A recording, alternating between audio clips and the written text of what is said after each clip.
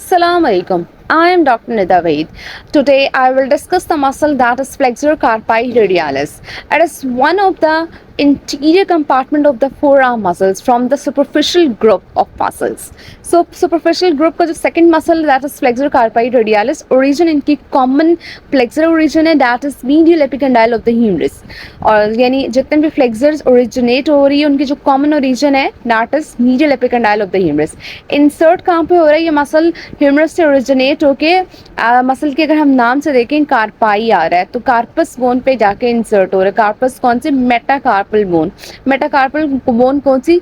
Second and third. First होती है thumb वाली एंड देन इंडेक्स फिंगर वाली और इसके साथ मिडल फिंगर वाली।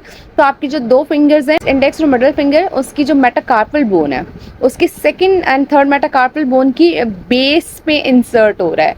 तो आपका ये मसल स्टार्ट हुआ ह्यूमरस से और second and third metacarpal bone पे इंसर्ट हो रहा है। नर्व सप्लाई इसकी मीडियन नर्व है और अगर हम इसके एक्शन की बात करें तो फ्लेक्सर कंपार्टमेंट से और मसल का नाम भी ये शो कर रहा है कि फ्लेक्सर।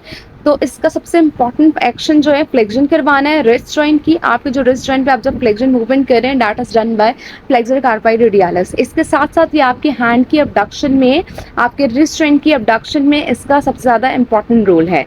तो इसके दो फंक्शन है, एक तो फ्लेक्शन करवा रहा है रिस्ट जॉइंट की और दूसरा अबडक्शन ऑफ हैंड करवा रहा है रिस्ट जॉइंट के ऊपर ही। That's all about flexor carpi radialis. If you have any question, any query, you can comment in the comment section. Thank you. Allah Hafiz.